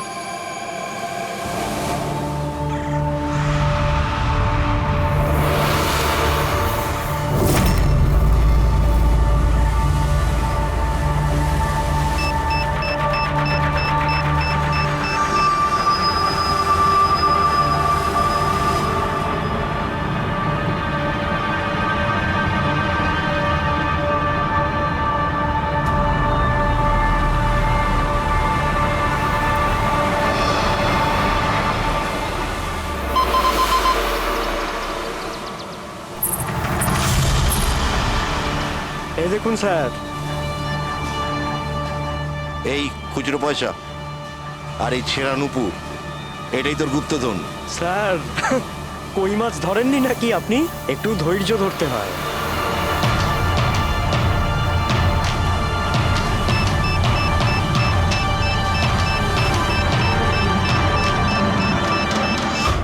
রিকি, এখানে কিছু আছে, তাড়াতাড়ি আয়।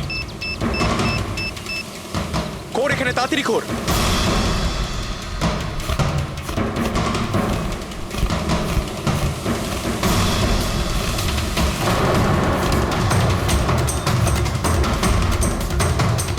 Oh my God!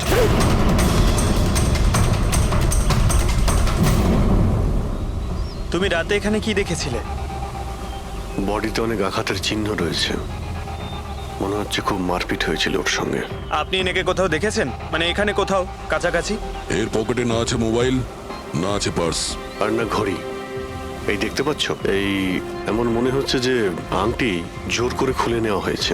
আচ্ছা, তাহলে এর খুন চুরির উদ্দেশ্যে করা হয়নি তো? হতেও পারে। মিসিং পারসন ব্যুরো থেকে যদি কিছু জানতে পারা যায়।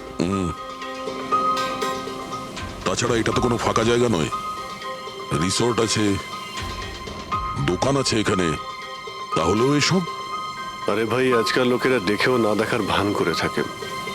এটাও হতে পারে যে এর মৃত্যু অনেক রাতে হয়েছে, যখন এই দোকানগুলো বন্ধ হয়ে গিয়েছিল। হতে পারে। চলো দেখি ডক্টর সালুকে কি বলে এই লাশটা দেখে। তবে ভাই, আমার তো দেখে মনে হচ্ছে যে এই লোকটাকে আগে হয়তো কোথাও দেখেছি।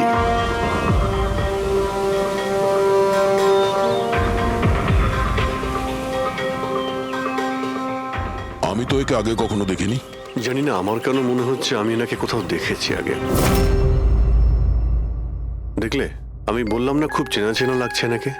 ক্রাইম রাইটার কমল কুমার খুব বিখ্যাত রাইটার ছিলেন, অপরাধ সম্পর্কিত অনেক নভেলও লিখেছিলেন। স্যার, এনার সঙ্গে 3 বছর আগে আমার দেখা হয়েছিল ইন্ডিপেন্ডেন্স ডে এর ফাংশনে। স্যার, এই ক্রাইম রাইটারদের তো অপরাধের দুনিয়ায় অনেক শত্রুই থাকতে পারে। হয়, নিশ্চয়ই হয়। আর হতে পারে ওদের মধ্যে থেকে কেউ নিজের শত্রুতা প্রকাশ করেছে। হতে তো পারে স্যার, কারণ এই ক্রাইম রাইটাররা নিজেদের কলমের শক্তি দিয়ে অন্যায় যারা করে তাদের পর্দাফাশ করে দেয়। কেল্লাফাতে তো আমিও করেছি ভাই। কি বিষয়ের কথা বলছো তুমি? বস, কমলের মৃত্যুর সময় জানতে পেরেছি আমি। রাইগার মর্টিসের রিপোর্ট বলছে যে ওর মৃত্যুটা রাত 9:30টায় হয়েছে। কমল কুমার মারা গেছে রাত্রি 9:30টার সময়। সেই সময় বিচে তো অনেক লোকজন থাকে, কেউ না কেউ কিছু না কিছু তো দেখে থাকবে। হ্যাঁ স্যার, আমরা তো জিজ্ঞাসাবাদও করেছিলাম, কিন্তু কেউ তো কিছু বললোই না আমাদের। আবার আমাদের যেতে হবে স্যার। তাহলে যাও অভিজিৎ, আবার যাও, ভালো করে জিজ্ঞাসাবাদ করো।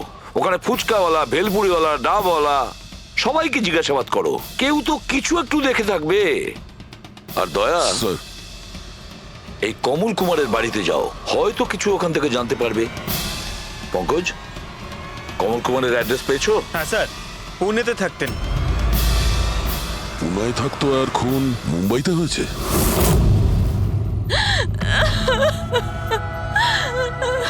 কি করে হলো এসব? সমুদ্রের ধারে আমরা ওনার লাশ পেয়েছি। আপনি কি কাউকে সন্দেহ করেন কে করতে পারে এটা? না স্যার, ওর কারোর সাথে কোনো রকম শত্রুতা ছিল না। হ্যাঁ, মানছি যে ওনার সঙ্গে কারোর কোনো ব্যক্তিগত শত্রুতা ছিল না। ওনার বই পড়ে কিছু লোকের মনে রাগ হয়েছিল, রক্ত গরম হয়েছিল, সেই কারণে কেউ ওনাকে ধমকি টমকি না দিয়েছিল। স্যার, এমন তো হয়নি। যদি কেউ ভয় দেখাতো তাহলে আমাকে নিশ্চয়ই বলতো।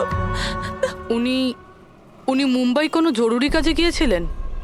ওর গল্প লেখার শখ আছে, এই জন্য কোনো নির্জন জায়গার খোঁজে এদিক ওদিক যেত, কখনো আলিবাগ তো কখনো লোনাবলা। আর এইবার তো মুম্বাইয়ের কোনো রিসর্টেতে নিজের লেখা গল্প বদলার ক্লাইম্যাক্স লিখতে গেছিল। আচ্ছা, উনি মুম্বাইয়ের কোন রিসর্টে ছিলেন? না, এবারে আমি জিজ্ঞাসা করেছিলাম না, ওর নিজে কিছু বলেছিল, কিন্তু ওর বেশিরভাগ সময় সমুদ্রের ধারে পছন্দ ছিল, আর বেশি ভিড় আর লোকজন ভর্তি জায়গা ওর পছন্দ ছিল না। কিন্তু ম্যাম, যে বিচে আমরা ওনার লাশ পেয়েছি ওটা তো জনবহুল জায়গা, জুহু বিচ। না স্যার, এমন হতেই পারে না, কারণ ও ভিড় লোকজনপূর্ণ জায়গায় থাকতেই পারতো না আর লিখতেও পারতো না। উনি লিখতেন কিসে, খাতাতে নাকি কম্পিউটারে?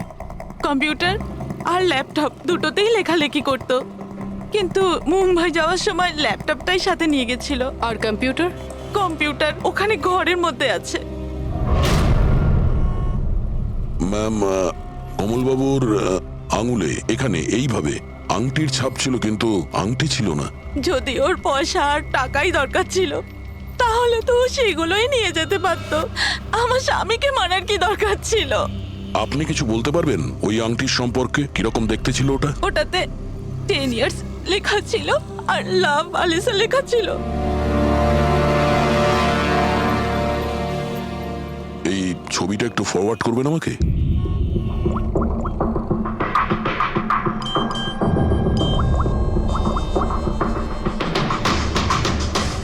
হ্যাঁ ফ্রেডি, আমি তোমাকে একটা ফটো ফরওয়ার্ড করছি আংটির। সমস্ত দোকানে ওটা পাঠাও আর জানার চেষ্টা করো যে এর মধ্যে ওটাকে কেউ বিক্রি করেছে কিনা। আচ্ছা এটা বলুন, ওই কম্পিউটারের পাসওয়ার্ডটা কি? ওটা তো আমার জানা নেই, ওটা শুধু ওই জানতো। আচ্ছা, আমরা কি আপনার এই কম্পিউটারটাকে নিয়ে যেতে পারি? হ্যাঁ নিশ্চয়ই। একটু দেখো তো ভাই ভালো করে, এই লোকটা নাকি কালকে দেখেছিলে তুমি? আমি তো দেখিনি স্যার, আমিও দেখিনি। আচ্ছা, এটা বলো তো যে প্রত্যেকদিন এই দোকানগুলো কতক্ষণ খোলা থাকে? স্যার ওই আমাদের একই সময়, রাত 11:30 পর্যন্ত। 11:30 পর্যন্ত? তাও তোমরা এনাকে দেখোনি? তোমরা জানো এনার মৃত্যু কাল রাত 9:30টার সময় হয়েছে, তাহলে দেখোনি কেন বলছো? মিথ্যে বলছো। আমাদের মিথ্যে বলে কি লাভ বলুন? কিন্তু স্যার কালকে 9:30 পর্যন্ত তো সবাই এখানেই ছিল। হ্যাঁ, যদি এনার সঙ্গে এরকম কিছু হতো তো তাহলে আমরা সাহায্যের জন্য নিশ্চয়ই যেতাম। হ্যাঁ সাহেব। স্যার, এদের দুজনকে ব্যুরোতে নিয়ে চলুন, ওখানে গিয়ে সত্যি কথাই বলুন। কিন্তু সাহেব, আমি তো এখানে সত্যি বলছি না। আপনি এক কাজ করুন, আপনি আপনার মাথা ঠান্ডা করতে আমার ভেলপুরি খান। আমি দারুণ ভেলপুরি বানাই সাহেব। হ্যাঁ স্যার, আর নয়তো এই আমার চানা খান। চানা স্যার।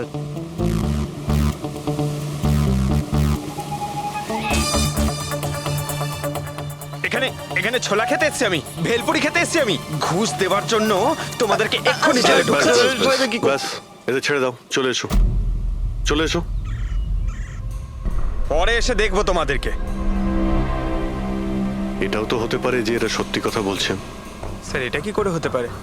ডক্টর শালুংকে বলছিলেন 9:30টার সময় মারা গেছেন। হতে পারে খুন অন্য কোথাও হয়েছে আর বডিকে এখানে ফেলে গেছে। হ্যাঁ স্যার, এটা হতে পারে। হ্যাঁ ফ্রেডি, গুড, ঠিক আছে, আমরা এক্ষুনি আসছি। কমলের আংটির ব্যাপারে খোঁজ পাওয়া গেছে। 2 মিনিট করে 1 ঘন্টা হয়ে গেল। আমার কাছে আর কোনো কাজবাজ নেই নাকি? টাকা কখন পাবো আমি? কি ব্যাপার, এত চেঁচামেচি কেন? চিৎকার করবো না তো আর কি করবো বলুন আপনি? আংটির দামও ঠিক করে ফেলেছে 50,000 টাকা, কিন্তু টাকা কখন পাবো 50,000 টাকা আমি, বলুন আপনি? দেখো ভাই, এতটা টাকা দোকানে রাখা হয় না। একটা ছেলে গেছে টাকাটা আনতে। মাত্র 50,000 নেই আপনার কাছে? আজকাল তো বাচ্চাদের ভাড়েও 50,000 টাকা থাকে। এবার তো তোর ভান্ডার ভাঙার সময় হয়ে গেছে। নাও, এসে গেছে তোমার টাকা। আংটিটা দেখান তো। 10 years লাভ আলিশা। কোথা থেকে পেয়েছিস আংটিটা? তাতে আপনার কি? এক কাজ করো, টাকা দাও, নয়তো আংটিটা ফেরত দাও। অদ্ভুত লোক তো স্যার, সিআইডি থেকে প্রমাণ চাইছে। সিআইডি? কি, কোথা থেকে পেয়েছিস এটা? স্যার ক্ষমা করে দিন আমাকে। স্যার টাকা পয়সার জন্য এইসব। টাকার জন্য তুই কাউকে কি খুন করে দিবি? হ্যাঁ স্যার, স্যার আমি তো শুধু ওই পার্স আর ওই চেন আর ঘড়ি এইসব নিতে চেয়েছিলাম। স্যার ওই হাতাহাতি চালু করে দিল, যার জন্য স্যার ওই ভুল করে খুন হয়ে গেছে। স্যার সত্যি করে বলছি, আমি ওকে মারবার মতলব করিনি স্যার। এটা কটার সময়ের ঘটনা? রাতে ওই 11:30 বাজে তখন। কটার সময়? স্যার 11:30। 11:30?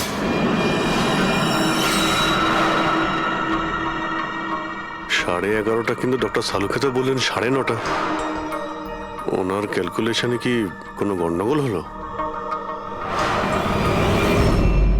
আচ্ছা আচ্ছা অভিজিৎ, ঠিক আছে, হ্যাঁ আমি দেখছি। ওকে,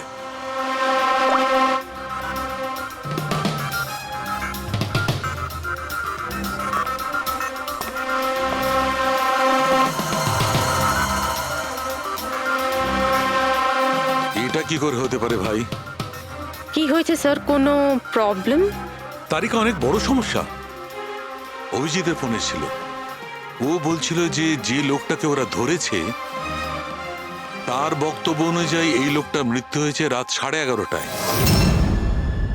আর আমাদের রাইগার মর্টিসের রিপোর্ট অনুযায়ী এই লোকটির মৃত্যু হয়েছে রাত্রি 9:30টার সময়। ও বলছে 11:30টার সময়, আমাদের রিপোর্ট বলছে 9:30টার সময়। এগুলো সব কি ব্যাপার? আমাদের কোনো ভুল হচ্ছে না তো?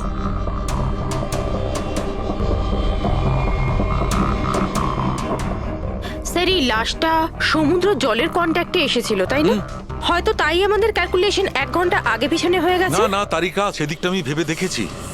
সমুদ্রের জলের ব্যাপারটা আমার মাথায় ছিল, সেই কারণেই আমি ওই সময়টা ঠিক করেছি। বড় অদ্ভুত ব্যাপার।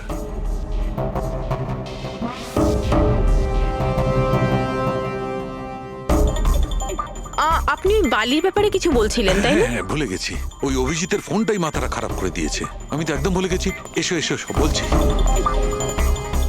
এই দেখো, এটা দেখতে পাচ্ছ? এই দুটো বালির স্যাম্পল। দুটোর কালার আলাদা। আরো অনেক কিছু আলাদা আছে, তুমি দেখো, মাইক্রোস্কোপে দেখো।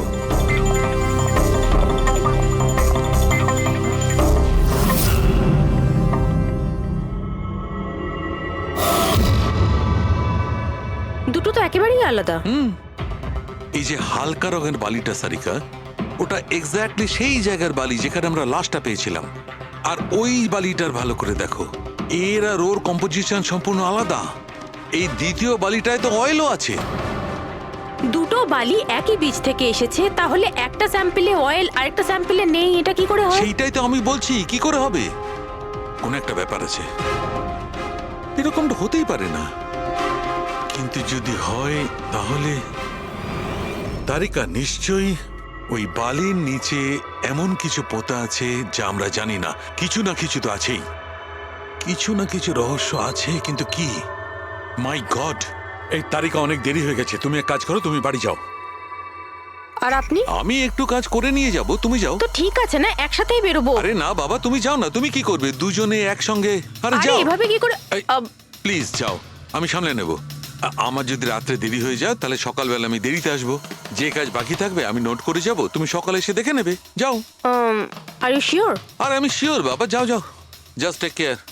Good night. Good night.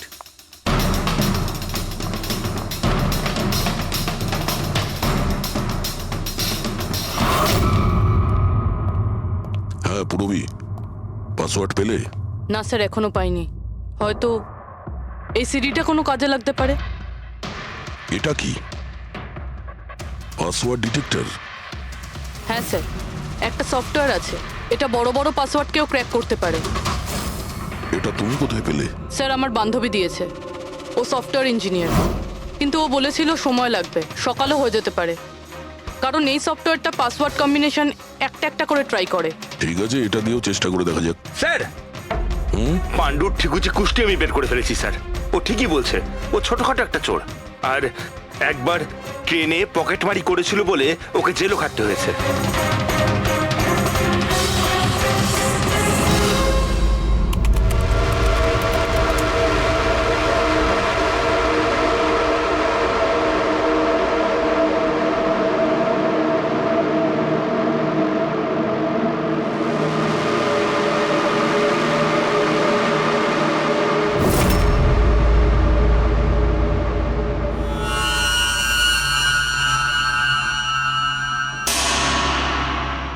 মাই গড,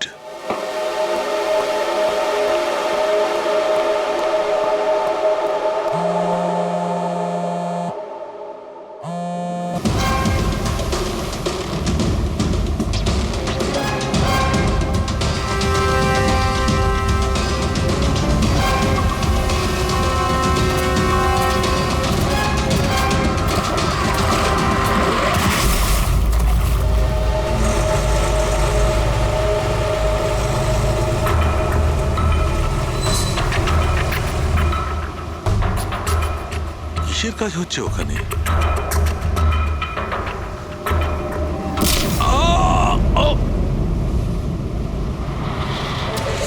এর খেলা শেষ।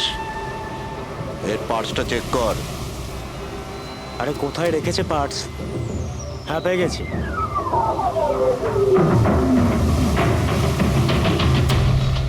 কি হলো?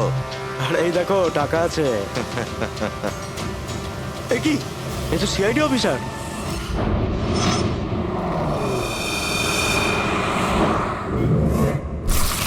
বাড়াবাড়ি করছে সালুকে, কাউকে কিছু বলেনি, কাউকে কন্ট্যাক্টও করেনি, ব্যাস এইভাবে চলে গেল। আর তার উপর নিজের ফোনটাও এখানে রেখে গেছে। আচ্ছা তারিকা, এই ডক্টর সালুকে এইখান থেকে কখন বেরিয়েছে? জানি না, কাল রাতে অনেক লেট হয়ে গিয়েছিল তো 12টার সময় উনি আমায় বাড়ি পাঠিয়ে দিয়েছিলেন। উনি কতক্ষণ এখানে ছিলেন আমি জানি না।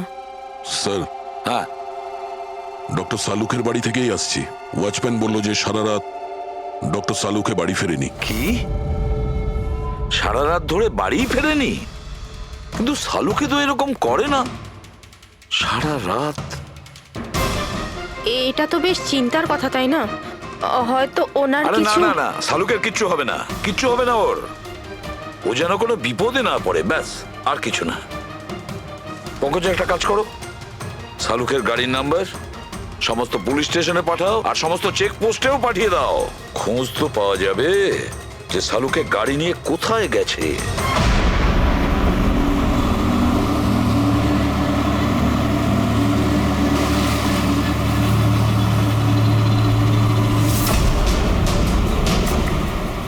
স্যার, লোকাল পুলিশের কথা মতো সালুকে স্যারের গাড়ি এই রাস্তাতেই শেষ দেখা গেছিল।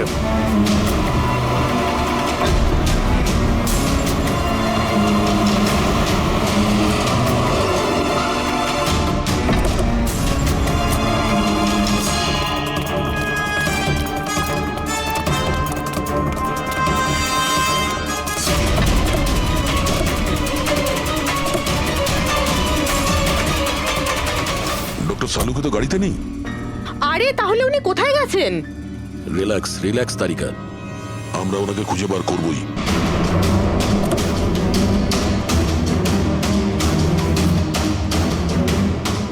স্যার, সালুকে স্যারের ল্যাব এখান থেকে 60 কিলোমিটার দূরে। উনি তাহলে এখানে কেন এলেন? পঙ্কজ, ডক্টর সালুকের মাথায় কিছু তো খেলছিল, জানি না কি।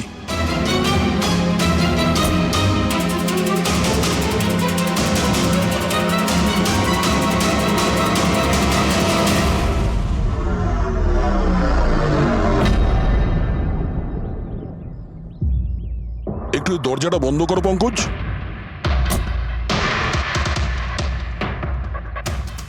এদিকে এসো।